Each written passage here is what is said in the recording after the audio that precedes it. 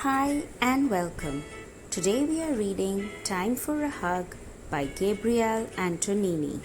So let's turn the page, kid, shall we? Snuggly Monster was a very cuddly monster. He had soft fur and strong arms, perfect for giving warm, lovable, fun, squeezy, huggable hugs. Snuggly loved to hug everyone he met. He hugged small monsters, he hugged tall monsters, he hugged sad monsters, he hugged happy monsters. Hugging is the best fun in the world, thought Snuggly. Then one day, Snuggly was on his way to see his best friend Giggly. At the bus stop, he met Stripy Monster. Her fur was dull and pale, and she was very cold from waiting for the bus. Snuggly gave Stripy a warm hug, and soon her fur was bright and fluffy again. "Thanks, Snuggly," she cried. At last, the bus arrived and Snuggly got on. He saw Noisy Monster looking sad. "I've lost my voice," said Noisy in a tiny whisper. Snuggly gave Noisy a hug to cheer him up. Noisy was so pleased he forgot that he was sad. "Thank you, Snuggly," he whispered. The next stop, Snuggly heard a strange noise. He saw a little bouncy monster on the road. He'd bounced into a lamppost and bumped his knee. Snuggly jumped off the bus, scooped Bouncy up and gave him a hug. Bouncy stopped crying right away. Snuggly's hug made his knee stop hurting just like magic.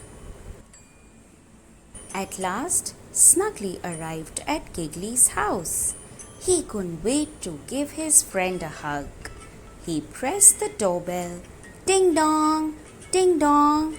Snuggly waited and waited, but no one answered the door.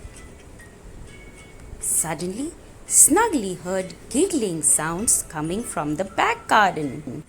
He peeped over the fence and saw his best friend Giggly playing with someone new. Snuggly and the someone new swung on the swing. Then they slid down the slide. Suddenly, Snuggly felt sad. "Giggly has forgotten all about me," he said with a sniffle. Then Snuggly saw the someone new give Giggly Monster a great big hug. Snuggly's happiness vanished and big, watery tears dribbled down his face and onto his fur. "Giggly Monster has got a new best friend!" he wailed. Snuggly sobbed and sobbed. More tears came, drip, drop, blip, plop. Snuggly Monster made such a noise that Stripy, Bouncy and Noisy came running. "What's the matter?" Just then, Giggly and the someone new came out of the garden. They wanted to know why Snuggly Monster was crying too. Snuggly Monster pointed at the someone new and said, "Giggly's got a new best friend."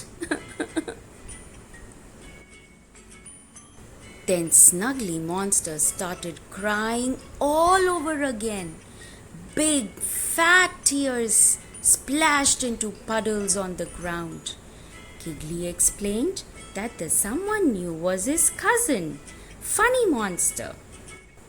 "You're my only best friend, Snuggly," he said.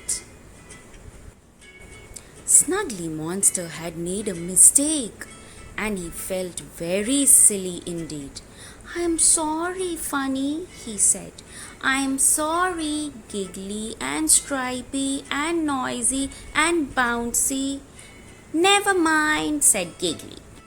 Everyone makes mistakes. What you need now, Snuggly, is a great big hug.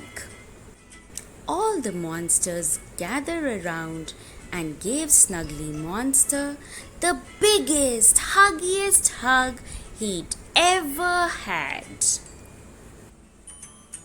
That was lovely, said Snuggly Monster.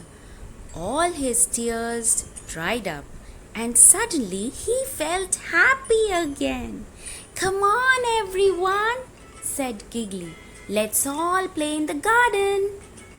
The monsters had fun all afternoon playing lots of games and Snuggly was back to his old self. He gave everyone lots of hugs and he felt happier than ever. That night, Snuggly Monster cuddled up in bed with his teddy.